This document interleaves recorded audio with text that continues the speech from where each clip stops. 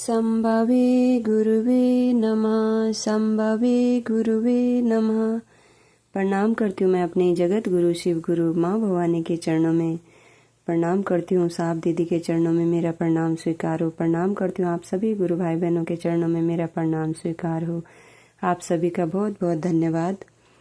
Channel को subscribe और video को लाइक जरूर करना और पूरा सुनिएगा। महादेव की बहुत दया होती है। आगे सुनते हैं पुस्तक अन्न मिलाकर पेज नंबर 120 से। हरिंद्रानंद बाहरी व्यवस्था का निरीक्षण कर रहे थे।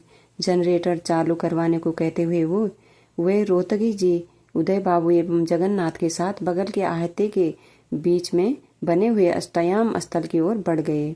महादेव के स्मरण एवं आह्वान के साथ कार्यक्रम आरंभ हुआ।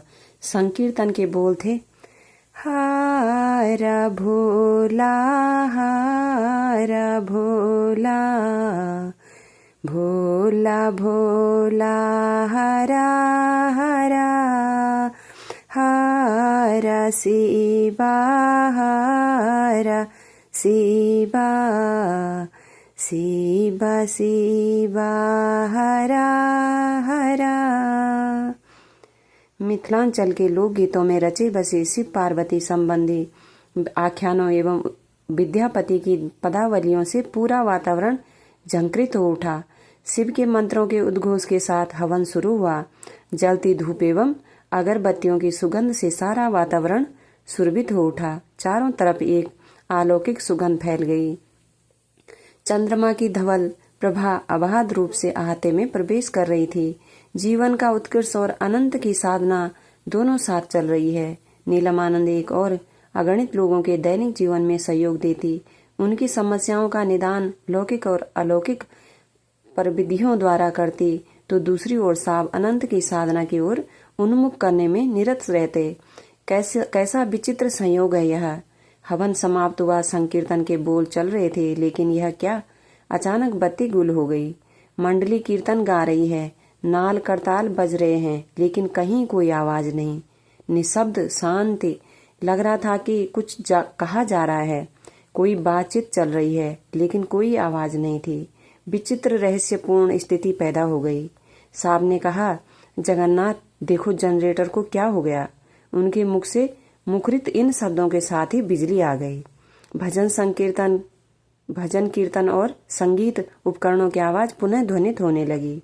बल्ब के धवल प्रकाश से नीलम आनंद ने देखा, तोरण द्वार पर एक फटे हाल साधु खड़ा है। देखने में अघोरी जैसा देखकर लग रहा था कि उसे कपड़ों की भी परवाह नहीं। क्या बात है, उन्होंने पूछा। कोई उत्तर न पाकर पुनः पूछा, कहाँ से आए हैं बाबा? फिर भी कोई उत्तर नहीं। वह अंदर आ गया और हवन मंडप की प्रदक्षिणा करने के बाद हरिंद्रानंद के हाथ में एक सेब देता हुआ चला गया। इनका विश्वास अब तक इन बातों पर जमा था या नहीं, यह ज्ञात नहीं था। फिर भी उन्होंने उस फल को पास खड़े व्यक्ति को देते हुए कहा, सभी के बीच में बांट दें। छोटे छोटे टुकड़ों में काटकर बांटा जाने लगा। लगभग 100 की संख्या में लोग वहां थे। सेब प्रसाद के रूप में सबके बीच बंटता रहा, पर घटने का नाम नहीं ले रहा था। सभी के लिए कौतूहल बन चुका था यह सेब।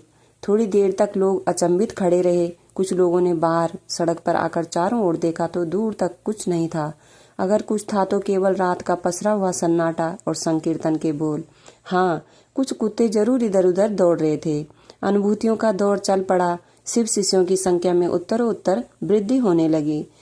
साल बदला, बसंत ने दस्तक दी और आई महाशिवरात्रि। आम के वृक्ष मंजर पाकर बौरा गए थे। मध्यपुरा से 5-6 किलोमीटर दूर सिंहेश्वर में भगवान शिव का प्राचीन एवं विख्यात शिव मंदिर है। महाशिवरात्रि में भगवान शिव का भव्य पूजन होता है। मंदिर के पार्श्व में ही इस अवसर पर विशाल मेला लगता है, जो महाशिवरात्रि की तिथि से कम 15 दिनों तक चलता है। मेला काफी बड़ा लगता है, जिसके चलते जिला प्रशासन सजग रहता है। प्रशासनिक शिविर भी लगता है। कई दंडाधिकारी एवं पुलिस पदाधिकारी तैनात किए जाते हैं। हरिंद्रानंद मेला नियंत्रण कक्ष में प्रतिनियुक्त थे। रोहतगी साहब की भी ड्यूटी मेले में लगी थी। एक सुबह ये सिंहेश्वर से लौट रहे थे। रोहतगी साहब ने कहा, मैं भी चलूं? क्यों नहीं, मैं तो अकेला हूँ, इन्होंने तपाक से कहा। जीप हरिंद्रानंद खुद ही चला रहे थे। रास्ते में रोहतगी साहब ने पूछा, आप फिर मेला कब आइएगा? 2 घंटे के लिए कोर्स करूंगा और 2 बजे तक फिर आऊंगा। रोहतगी साहब कोसी प्रोजेक्ट कॉलोनी के गेट पर उतर गए। लौटते समय मुझे ले चलिएगा। सर, मैंने आपका डेरा नहीं देखा है। अरे भाई, डीएम साहब के डेरे के पीछे। हरेंद्रानंद आवास पर आए। 2 घंटे बाद कार्यालय के लिए निकले। ठीक 2 बजे सिंहेश्वर के लिए चले। रास्ते से ही रोहतगी साहब को लेना था। कोसी कॉलोनी में जीप घुसी। डेरा आसानी से मिल गया। फाटक पर जीप में बैठे हॉर्न बजाया। रोहतगी साहब निकले। बोले, आइए ना, मैं जरा कपड़े बदल लूं। सर, आप बदल कर आइए। अरे आ ही जाइएगा तो क्या हो जाएगा, डेरे में और कोई नहीं है। हरेंद्रानंद ने अनमने भाव से घर में प्रवेश किया।